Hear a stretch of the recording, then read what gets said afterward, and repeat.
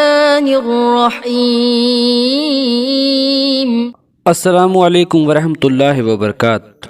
سب سے پہلے درود ہو محمد پر اور محمد کی آل پر۔ اللہم صلی علی محمد و علی آل محمد وبارک وسلم تسلیم۔ پیارے ناظرین، آپ دیکھ رہے ہیں راہ حقیقی نیٹ ورک۔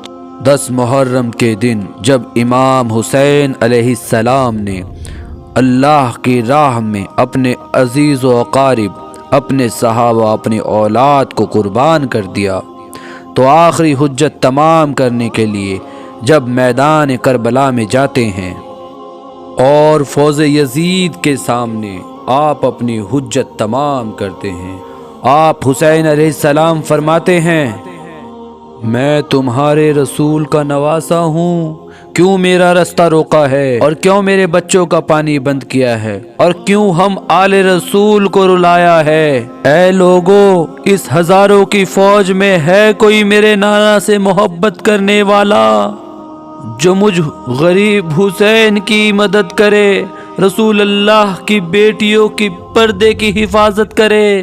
پھر جیسے ہی امام حسین نے حل منا و ینصرنا کی صدا کو بلند کیا، تاریخ نے لکھا کہ خیام میں بیویوں کے رونے کی صدا بلند ہو گئی۔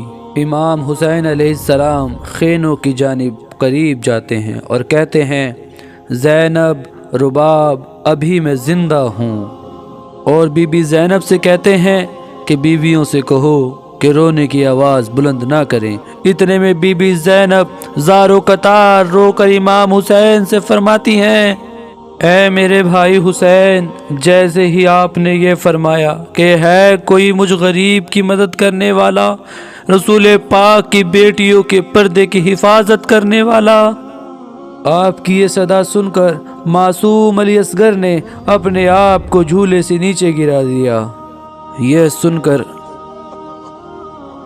سن کر امام حسین کی آنکھیں نم ہوتی ہیں اور امام حسین رباب سے کہتے ہیں کہ اے رباب، میرے علی اصغر کو میرے پاس لے کے آؤ۔ امام حسین علی اصغر کا ماتھا چومتے ہیں اور اپنی عبا میں چھپا کر میدان کی طرف لے کر جاتے ہیں۔ فوج یزید سوچتی ہے کہ حسین قرآن لے کے آیا ہے۔ پھر امام حسین نے اپنی عبا علی اصغر کے جسم مبارک سے ہٹائی اور علی اصغر کو بلند کیا اور فوج یزید سے فرمانے لگے کہ اے لوگو، اگر تمہارے نزدیک قصوروار ہوں تو وہ میں ہوں۔ اس 6 ماہ کے بچے کا کیا قصور ہے؟ اس کی ماں نے 3 دن سے پانی نہیں پیا، جس کی وجہ سے دودھ خشک ہو گیا ہے۔ اس بچے کو 2 بوند پانی پلاؤ۔ فوج یزید زور زور سے ہنسنے لگی اور کہنے لگی، اے حسین، پانی خود پینا چاہتے ہو اور نام بچے کا لیتے ہو؟ اگر واقعی تیرا بچہ پیاسا ہے تو اس کو کہو کہ وہ خود پانی مانگے۔ امام حسین نے علی اصغر کی آنکھوں میں دیکھا اور آنکھوں ہی آنکھوں میں فرمایا کہ اے علی اصغر، آج اپنے نانا کی امت سے پانی مانگ۔ بس جیسے ہی امام نے یہ فرمایا، علی اصغر کے لب ہلنے لگے اور تمام فوج کو دیکھ کر علی اصغر فرمانے لگے، اے ظالمو، میں 3 دن سے پیاسا ہوں اور تمہارے رسول کا خون میری رگوں میں بہتا ہے، مجھے پانی دے دو۔ بس جیسے ہی علی اصغر نے پانی مانگا، یزید کی فوج میں غریہ برپا ہو گیا۔ کوئی منہ چھپا کے رو رہا ہے، کوئی زارو قطار رو رہا ہے۔ یہ دیکھ کے عمر بن سعد نے فوراً حرملہ سے کہا کہ اس بچے کو خاموش کروا، ورنہ فوج میں بغاوت ہو جائے گی۔ پھر جیسے ہی پہلا تیر حرملہ نے کمان پر چڑھایا تو وہ چلتا نہیں، گر جاتا ہے۔ پھر دوسرا تیر بھی حرملہ نے کمان پر چڑھایا، وہ بھی گر جاتا ہے۔ تیسرا تیر بھی گر جاتا ہے۔ جب تیسرا تیر بھی گر جاتا ہے، پھر عمر سعد نے کہا، اے حرملہ، تو بڑا بے رحم انسان ہے۔ پھر حرملہ نے کہا، اس بچے کو مارنا میرے لیے کوئی بڑی بات نہیں، مگر جب بھی میں نشانہ لگاتا ہوں تو مجھے سامنے خیام میں ایک ماں نظر آتی ہے جو جھولی پھیلائے مجھے دیکھ رہی ہے۔ پھر عمر سعد نے کہا کہ تم اس کی ماں کی طرف دھیان نہ دو اور اس بچے کو اس طرح مارو کہ یزید کی فوج سے سب لوگ کانپنے لگ جائیں۔ وہ تیر جس سے جانوروں کا شکار کیا جاتا ہے، تاریخ نے لکھا کہ اس کے 3 منہ تھے، تیر کمان میں ڈالا اور علی اصغر کا نشانہ لیا، اور جیسے ہی تیر چلایا، تیر بڑا تھا اور علی اصغر کا گلا چھوٹا۔ تیر کی ایک نوک علی اصغر کے کان میں لگی، اور ایک نوک بازو اور سینے پر لگی، اور ایک نوک پشت پر لگی، اور تیر اتنا وزنی تھا کہ معصوم علی اصغر کا جسم چھید کر امام حسین کے بازو میں جا لگا۔ معصوم علی اصغر مسکرانے لگے۔ امام حسین نے دیکھا کہ آپ کے جسم مبارک سے کچھ خون نکلا، کچھ ماں کا دودھ نکلا۔ آپ نے چاہا کہ اس خون کو آسمان کی طرف اچھال دوں۔ آسمان رو کے کہنے لگا، اے حسین، اس خون ناحق کو میری طرف نہ پھینکنا، ورنہ پانی کی ایک بوند بھی قیامت تک نہ برساؤں گا۔ پھر امام نے سوچا کہ اس خون کو زمین کے حوالے کر دیا جائے۔ زمین تڑپ کے کہنے لگی، مولا حسین، اس خون کو میری طرف نہ کیجیے گا، اگر اس خون کا ایک قطرہ بھی زمین پر گرا تو میں قیامت تک اناج کا ایک دانہ نہیں اگاؤں گی۔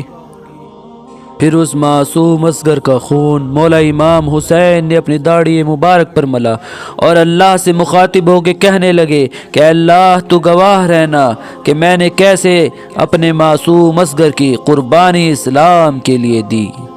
پھر امام حسین معصوم اصغر کو اپنی عبا میں چھپا کر خیموں میں لے کر آئے، اور جیسے ہی عبا کو ہٹا کر بی بی رباب کے سامنے امام علی اصغر کو رکھا، تاریخ گواہ ہے کہ بی بی رباب کا چہرہ زرد ہو گیا، اور بی بی رباب امام حسین سے فرمانے لگی، اے میرے آقا، کیا میرے بیٹے کے قاتل کی کوئی اولاد نہیں ہے؟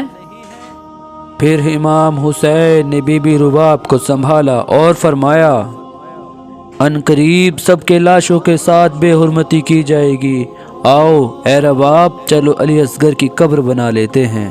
امام حسین اپنی ذوالفقار سے خیام کے پیچھے قبر کھودتے ہیں، اور بی بی رباب اور امام حسین علی اصغر کو وہاں تدفین کر دیتے ہیں۔ بس امام حسین کی شہادت کے بعد خیام جلا دیے جاتے ہیں۔ تمام شہیدوں کے سروں کو ان کے جسموں سے جدا کر لیا جاتا ہے، نیزہ نوک پر ان کو اٹھا لیا جاتا ہے، تمام خیاموں کو آگ لگا دی جاتی ہے، بیویوں کو قیدی بنا لیا جاتا ہے، اور ان قیدیوں کو ملک شام کی طرف لے جا رہے تھے۔ تبھی ایک سپاہی کہتا ہے، رکو، ایک سر کم ہے۔ تو دوسرے نے پوچھا کہ کس کا سر کم ہے؟ جس بچے کو حسین پانی پلانے لے کے آئے تھے اور ہم نے اسے تیر مار کر قتل کر دیا تھا۔ شمر کہتا ہے، ڈھونڈو، یہیں کہیں تدفین کیا ہوگا۔ تمام سپاہی نیزوں سے زمین کربلا پر مارتے رہے تاکہ علی اصغر کا جسم نکل کر باہر آ جائے۔ بس ایک نیزہ ایسا زمین پر لگا کہ امام علی اصغر کا جسم مبارک بھی اس نیزے کے ساتھ سوار ہو کر باہر آ گیا۔ فوج یزید اس جسم کو دیکھ کر زور زور سے ہنسنے لگی اور کہنے لگی کہ اس کا بھی سر کاٹو اور جسم کو یہیں پھینک دو۔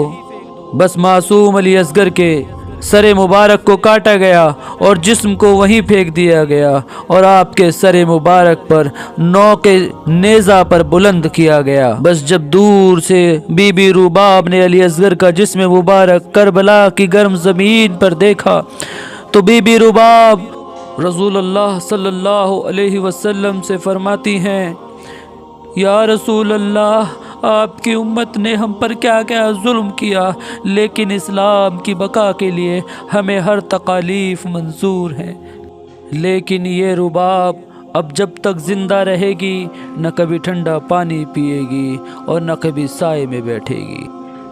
سلام ہو معصوم علی اصغر پر، سلام ہو بی بی رباب پر، سلام ہو اہل بیت علیہ السلام پر، سلام ہو، سلام۔